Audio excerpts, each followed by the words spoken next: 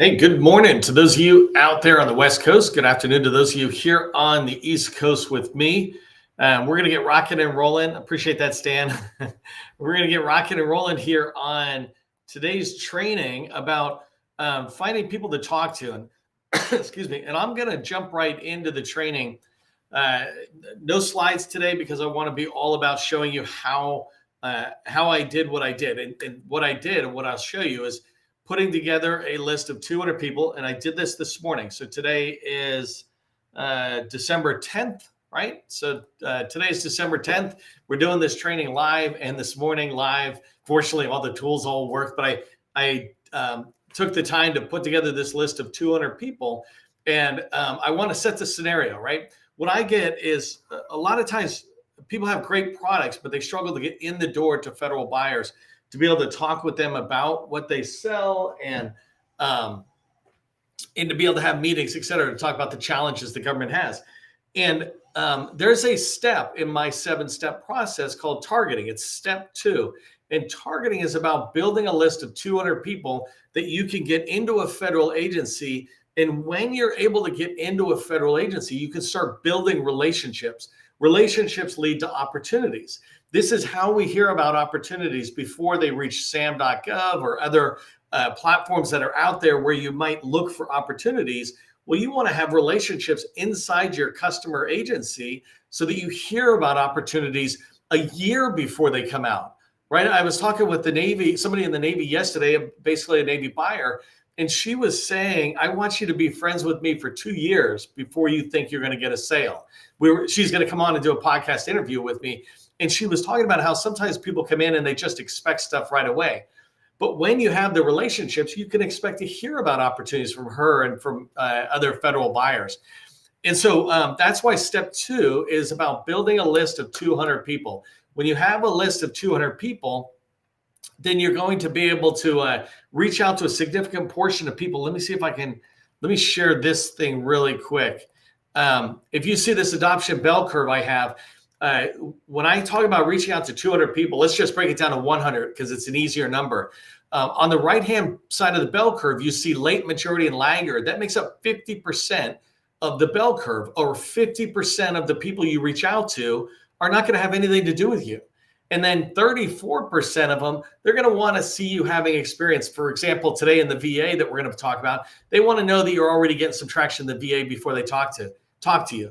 So the idea in sales is that you need to reach out to 100 people to be able to get a decent amount of folks that you can start building relationships with. Anyway, so I was talking with one of my subscribers in CallPlan AI about going into the VA. This is what she sells. The VA is what she has determined her best agency or primary agency to go after.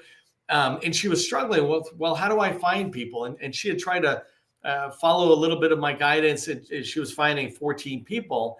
And I said, well, let me do a live training with you. I'll hand you back 200 people, and I will walk through this process of how I find 200 people out there. And that's what I'm going to do today. If you don't know who I am, my name is Neil McDonald. I'm the president of the GovCon Chamber of Commerce. I am founder of CallPlan AI, and I want to welcome you to my federal sales training, where I provide tips for success in the federal market. I spent 20 years in the federal market as a small business owner myself after I got out of the Army. And since 2018, I've been teaching people like you that government contracting is not a secret. It's not a hack. It's a process. And when you follow a process A to Z, you have repeatable, predictable results. This is what I want for you. I am not teaching you any secrets or hacks today. I might be giving you knowledge that you don't have. I might be helping you develop a skill you don't have. But these are not hacks, right? These are just skills and tactics of our process and how we move forward. It is not even my process alone. This is sales process. And I want to teach you how to do it, because when you know how to find a lot of people to get into an agency with, then you have more doors to get into. You can, like, I'm going to show you how you can have 200 doors. And literally, if I had spent the whole day building my list, I could have been at 1,000 people. And imagine after reaching out to 1,000 people, how I could find 5 or 10 or 20 of them who would be really good advocates for me getting inside the agency, et cetera. So, so I got a lot to show you. This is my first time trying to really go into the meat of it and show actual more than 200 people I put together. Really quickly, targeting, when I say you want to build a target list, generally what I mean by this is you want that list to be some industry and some government people, because all of those people can give you insight or access into an agency. Today's training, I'm only going to show you the government because I just went well past 200 people just in the government alone on some of the approaches I did. But I'll do a whole separate training on how to find the right industry partners to overlap this. But the type of people you're looking for is acquisition related. So these are like contracting officers, program office related. These are the people who actually have the need for what you sell. And then small business professionals, these liaisons who help you navigate the agency, et cetera, within. And today I'm going to use the Department of Veterans Affairs. So all of those people are in the VA. For Annette, whose company I'm going to use as an example today, I would also tell her to be finding industry partners. But because of the size of her company, I would say forget about larges for the moment. Just go after smalls and try to build a list of 50 or 100 small businesses that combined with government will add up well past 200. Anyways, so those are the type of people I'm thinking about going in with as I start going forward. Let me set the scenario. I know that's a little ugly there. Where am I going? Here, I think. I want to start with Annette's company. Really quick, it's Aerapy, and they do UV disinfection technology. So this is her company, right? So this is just me saying what it is. But there's two main things that are in my head when I'm trying to teach you today's training. One thing that her company does is what do they do? Is inside of HVAC units that sit on top of a building like a VA medical center. She has her own units that go in an HVAC unit that keeps it clean. That way, the VA doesn't have to have people coming in cleaning it 2, 3, 4 times a year, which costs a lot of money. And so that's one thing. And the second thing she does, which is really what got me onto her company and the idea about it, is they have like these UV lights type things. And I know I'm butchering the description, but basically they sit in the ceiling or on the ceiling and they keep the entire room clean, the air on down, instead of just like think about a disinfection wipe on a table or a little device that might be running on the floor, keeping it clean in a VA hospital, for example. Here, her devices keep that. And so I'm looking at that company saying, how can I find her 200 people within the VA that might fit? And there's a lot of different ways I go about this. But one of the first things I had to do is figure out what are her top keywords. And the interesting thing is her top keywords are not the VA's top keywords. And so this is a first lesson for you is you have to figure out what words align to what you're doing and what you're selling. So I'm in FPDS. This is the first place I went.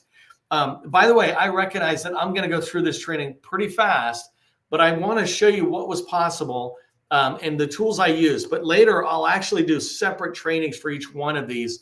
I might put them in Call Plan AI to test them out with folks over there to make sure they're really moving. But inside of FPDS, where basically all the contract awards are that the government lets, I came over here and I said, hey, I'm looking at the VA. So show me department full name is Veterans Affairs. The date last signed is the last 2 fiscal years. I'm thinking if I look in the last 2 fiscal years, I'm basically seeing what's active still out there. And then the last thing I wanted to look at is description of requirements. That's one of my favorite fields because that's the best keyword field inside of FPDS. And that is using a keyword like here, I got UV disinfection. So you can see, I went to the VA, I used her best keyword, UV disinfection, and only 9 opportunities came up in the VA, or 9 awards. I'm like, all right, that's not good. I need to build a list of 200 names. But that's where it starts, right?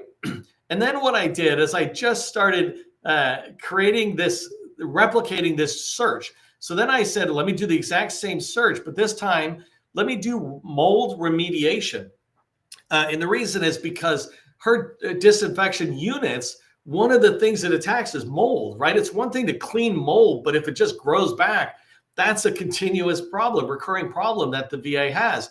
Well, with her units, they can get rid of it. So instead of me searching for what her product is, UV disinfection, I search for what it solves, mold remediation. because if I can find buyers, federal buyers who are, paying for mold remediation within their VA medical centers, then that might be a good fit, right? Hopefully that makes sense. And I would tell her, tell me 10 other problems that your product solves. This is a really important thing about sales, and I did a whole training about this on Monday, 2 days ago, that you need to sell the problem, never the solution. You never go in and talk about UV disinfection. You go in talking about, man, mold sucks, right? Or more importantly, you have to get people to admit that they got mold problems.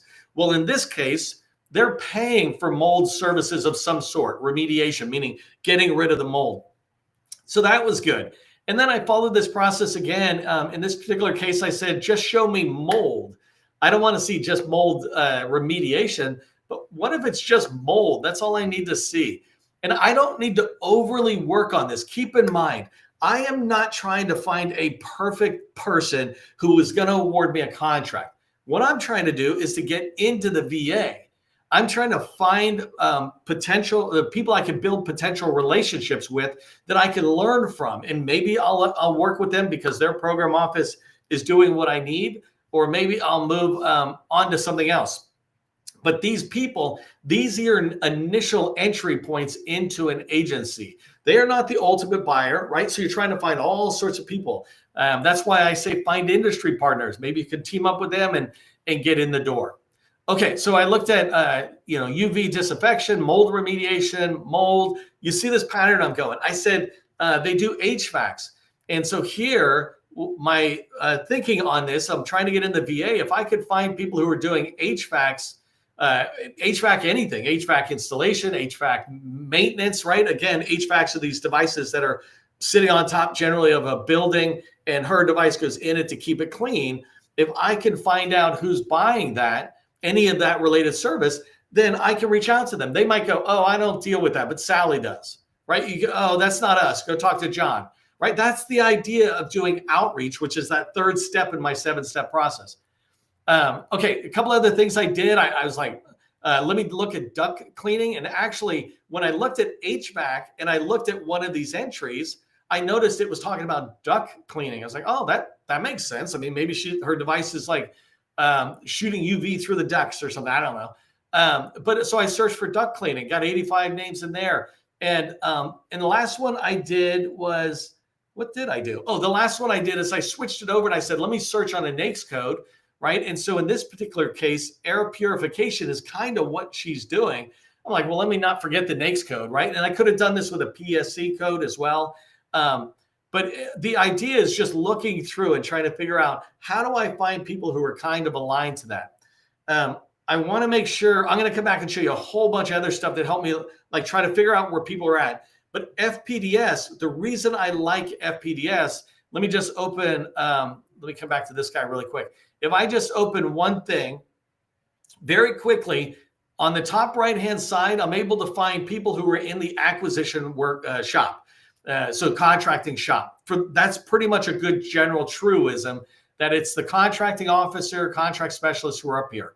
And then the second group of people I can find is right here. I can find the company that this contract was awarded to. And you see where it says service disabled veteran owned? I notice this is not a small business, but Annette, who I'm talking about this project today with all of you, she's not an SDVO, and the VA tends to buy from SDVO. So she'll probably want to build partners, but she can find these people. And I'll show a different training how you find names on it. But that's why I come into FPDS. I can get this information. So let me show you. Let me jump to the results for a second. Remember, my task is to get 200 people in the VA that she can reach out to. Can I get a 10-minute intro call with you? In fact, we had a basic email template that we shared with her that really it just says, hey, we've been supporting the federal government for the last couple of years. Love to introduce ourselves to you or talk about supporting your office, your agency, right? That kind of first line. We do UV technology or something. There was this one simple line that says what she does. We do advancements in UV technology out there. And then, do you have time for a meeting? And so this is not a training for that, but basically she can outreach to these people. And the idea when you reach out to 200 people, remember 50 are going to reject you. You want to make it easy for them to accept you or reject you by giving them a very simple line like UV disinfection. A lot of people are going to go, I don't even know what that is. That's perfect. Then we don't want to meet you. And a lot of people will go, oh, I know what that is. Yeah, sure. Tell me more. Right. That's the idea of building a list. And so in this group, and I'm going to walk you through, I've got a ton of data here, but this is the results that I'll give her from just this morning's effort. And again, I know I'm much, much faster at this because I've been doing it a long time. But the idea, and I'll come back and show you how I did it. The idea is that you can build these names up. But if you come through here, you'll see that I built a list of over 200 people. And the first group of people are all contracting officer or contract specialists who support the acquisitions shop. So I got those from FPDS. Then you'll notice I'm moving into the small business liaison folks. Actually, let me come up here and do a quick filter. If I just say contract professionals, I have 123 people. And these 123 people, by the way, didn't come from all that FPDS stuff you saw. They came from only 2 searches, I think. From the NAICS code 33413 and then the keyword duct cleaning, right? I only took those results and created this list. If I had taken the other keywords that I showed you a minute ago, I would have well over 200 people related to a contracting shop. So anyways, these are contracting professionals. And you see there's a whole bunch of them, 123 of them that are in there. That's a great start for me to be reaching out and to try to introduce myself, to figure out where they guide me. Every single person you talk to, if they give you a yes, a no response, or a convoluted information or clear information, all of that helps you in your sales life cycle as you move forward. The second group of people that I targeted in here are the small business liaison officers. So this, or also known as small business specialists. They have different kind of names in different agencies. But in here, there are 38 or 39 different small business liaisons who cover the 100 or the 21 plus VA VISNs. The way the VA is set up is you got like 6 or 8 hospitals in a network of hospitals. So a VISN, a VISN, and above that you got region and then headquarter type thing. And so these are 39 small business liaisons who cover those 21 VISNs, so all the VA medical centers, and then also headquarters and some other places. These are great people for her to start reaching out to. Even as simple as that same intro email I said, they might say, oh, I only do IT product purchasing or IT software, IT services in there. You go, cool. But those 21 that are out there, they will get what she's talking about because they're engaged at the hospital level, and the hospital level is where she's trying to keep clean. All right, so the first 2 were contracting shop and then small business shop. And then the third group that I put in here is the is 2 groups of them. I'm just going to put them together. But these are program offices, and these are just barely touching on the program offices. This is 170 program office people I put together this morning for her. And every one of these people, you don't see it right now, but she'll have the name, number, and email, phone number and email for every one of these people. And they are in 2 different categories. They're in environmental health coordinators. So all across the VA are all these VA hospitals and outpatient centers, et cetera. And so there's 100 plus people who are responsible for the environmental health inside and outside those buildings. And then there's lead health coordinators across, see the VISNs that are in there, right? Across the 21 VISNs. And these people are ideal for her. They might not be the ultimate program office shop that you're trying to get into, but they touch on air quality and disinfection that she's her product addresses. And so she'll have these people to be able to reach out to. And if she can get in the door and have a meeting, they will begin to teach her, oh, no, the office you want is these people. Or they might say, yeah, that is us. And we actually work with facilities really closely. Let's get together and have a meeting about that. This, again, is all about initial outreach, your first meeting trying to get in. And just resetting it again in case you're coming in a little late. This is with Annette, with her company is doing UV disinfection, trying to get into the VA. How do you create 200 plus doors in the VA that enable her to get in. And you can see right here, this first list I have for her is, it's 332 people. I built that this morning, right? 332 people only in the government and the VA, all of them related to what she does, kinda, right? She'll find out more later on how well they're related. But these are ideal people. I would reach out to them. And when you reach out to 300 people, is what I just put, not 200. When you reach out to 300, you're going to get 25 or 30 people minimum who are going to say, yes, let's have a meeting. And when she has that meeting, now she'll be able to be in and having more conversations that feed off each other, that enable her to learn how to have the conversation with the buyer about the problems that they have in the solution and the problems her solution addresses. Okay, so I got 10 minutes left. Let me show you more of how I did some of this. So step 2 is what we're talking about, targeting, build a list of 200 people. Step 3 is outreach. It's picking up the phone or email and trying to reach out to them. I'm telling Annette, hey, you reach out to them one at a time. Before step 1 and 2 and 3 is 1. 1 is research. Research is how you begin to figure out, where do I go, right? You can go to FPDS like I did, but there's so many other places to go. If I come back here, the VA has these functional organizational manuals, which I love and almost nobody reads. There are almost 1,000 pages of, hey, you want to know about us? Here's us, kind of thing. It is phenomenal information. People don't like to read. If you can read, like if you take the time and make the time to read over the course of weeks, then you will begin to understand the VA better than they understand themselves. You'll understand the organizational structure, the responsibilities. That's what I did when I came in here. I started searching on things like, let me see what word I searched on last. So logistics. So what I was thinking to myself as I was looking at this is that I know the VA to a degree, and I know inside of hospitals, you got facility or engineering or logistic type people who run the hospitals, make sure the day-to-day hospital is running, right? Not the medical side of it, but the hospital itself. And so these people are in there. Well, there's a support section. I'm able to look at the org chart. And when I came down, I was like, oh, kind of environmental and environmental support, healthcare engineering. And then as I came down, I'm looking more, I'm like, oh, Office of Occupational Safety and Health. I mean, that sounds exactly like what she's doing, because Annette's UV disinfection technology, these products they have, are designed to keep rooms clean from the air down to the tables, down to the floor, right? So you don't have to wipe things down. This UV light or whatever is cleaning it all the time. And this could be in hospital OR rooms or patient rooms, or it could just be in different meeting rooms, etc. It doesn't matter what it is, it's cleaning. And so I'm trying to think, well, who would care about that?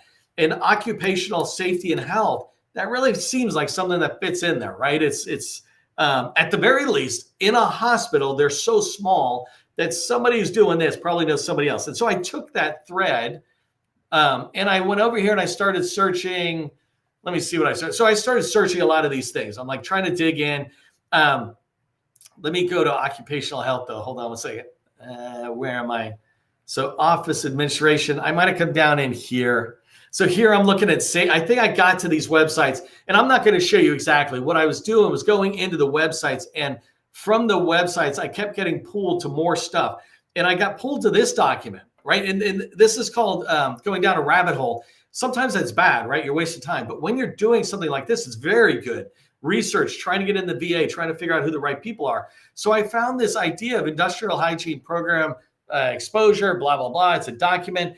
And as I started reading and going down, I started learning more about who's some of the, who's got responsibilities. That's a big one that when I start seeing it. So this responsibility early on, that's at the headquarter level. And then I start coming down, I'm looking at some of the titles. I'm like, okay, health for operations.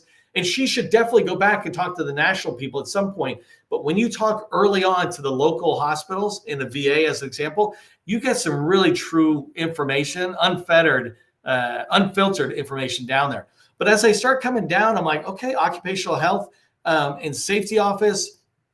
And I start seeing what's in here and who some of these people are. And I'm looking down and seeing some of this guidance they have. Now I'm down at the network level. Remember, so my goal was to get her into the hospitals. Now I'm at the network level, which is the director of 6 or 8 hospitals. And as I'm coming down, I'm seeing what they're talking about. I'm like, oh, they got a lead industrial hygienist. And when I read this, it talks about some of their responsibilities align with what we're trying to talk about. So I keep coming down a little bit and I see just more about it, right? As it's describing what their responsibility is. And now I'm coming out of the visit down into the VA hospitals. Anyways, those things led me to trying to go, well, where the heck are these people? How do I find them? And so then I came in and found this, right? I mean, I had to do research. It took a while, but a directory of the leads for the environmental health coordination. And so if I come down here, now I'm able to see, like I said, name, number, email for each one of these people. And these are all in the visit level. So if I can talk to them, then maybe they're coordinating with 6 or 8 hospitals and I don't have to have 8 meetings. I could have 1, or maybe these ones will bring the other people in, et cetera. So I'll learn by going from one to the other. But then I said, I want more names. I need more than just these 21 names. I know it says 23, there's only 21. But so then I come in here and I'm like, all right, now I'm in heaven as a researcher looking for people's names to build my target list. Here is across the entire country, including Puerto Rico, right? I'm able to come in and find environmental health coordinators, and I can learn about what their roles and responsibilities are. So, you can take more time to look at that. But then I come in and I find these people, and I just start finding more and more people, names, numbers, emails in here for all of these people. Some of them have personal emails. Some of them are sending you to a generic email box, which is totally fine. But all of this starts helping me build that list. And this is how I pushed over 300 folks that were in there. I want to see if there's so these kind of directives, by the way, I love these in agencies. I can go into an agency and learn about an agency. I was talking to somebody, a federal buyer type person the other day, and I had asked them for a strategic plan. They went and asked their boss. And when they sent it to me, they're like, hey, thanks a lot for asking for it. I hadn't even seen it before. And so now I have it. Well, it's the same thing with a lot of these directives. People don't realize how rich they are with information about the agency you're trying to get into. So anyways, let me pause there. Let me come back to my screen. Let me pause there because I know I shared a lot in here. And the idea, what I want you to understand is that if you want to get in and hear about opportunities before they hit SAM.gov, even before they come as a RFI or sources notice, then you need to have relationships with the agencies and the buying offices that you want to sell to. And the way you do that is to research them. Step 1, understand that agency. Once you understand that agency, begin to build a target list around the organizational offices within that agency that align to what you sell. Build a list of 200 people and start reaching out to them. And that's outreach, right? Step 3 for me is outreach, where you're doing initial emails and voicemails out to them and calling them. You're trying to set up that first meeting, and outreach is about the first 2 or 3 meetings that lead to step 4, which is a relationship. Once you build relationships, you will hear about more opportunities. They'll just come in because you are kind of in the room now instead of out of the room. You can kind of think of this like an incumbent. If an incumbent, if it's you and an incumbent has a contract with like VA, let's say, and you don't. Well, you're on the outside of the wire is what we say, and you're only hearing stuff that somebody decides to throw something over the wall, right? But an incumbent is walking the hallways and having coffee with people. They have relationships that are being built because they have a contract. Well, you can get ahead of that without even having a contract by building the relationships and getting invited inside the wire by demonstrating you care about their problem, you want to talk about their problem, et cetera. But it begins with building that target list of 200 people. You saw how fast I built it. I built that again today, this morning, over 300 people. I did not know any of it to start. So right from the beginning, I was like going to Google. I was trying to figure this out. I was trying to figure out the right keywords. And it's not even my company, right? It's Annette's company that I'm trying to search. But building that target list is totally possible as long as you commit to yourself to find those 3 types of people. contracting professionals, acquisition professionals, the small business professionals, and the program office professionals. And feel free to reach out to some of them and say, hey, how do I learn who the program office is? They will help you build that list as you go along. Okay, I know that was a lot in there. I did really quickly want to say thank you to our sponsor for these lives, Voltron. They help you write winning federal proposals with their purpose-built AI. And this is exciting because it really helps you write so much better proposals, what I call winning proposals, in very short amount of time. They're able to help you write proposals in minutes instead of weeks. It enables you to spend less time on that initial draft and more time on building those relationships like we just talked about. If you haven't done so already, make sure you register for next week's networking on the 17th. You can find it here on LinkedIn on my profile. If you got value from today's training, do me a favor, repost it out on LinkedIn. Let other people know about it. All right, government contracting, remember that it's not a secret. It's just a process. Part of the process is ending on time. I'm out of time. I will see you next time.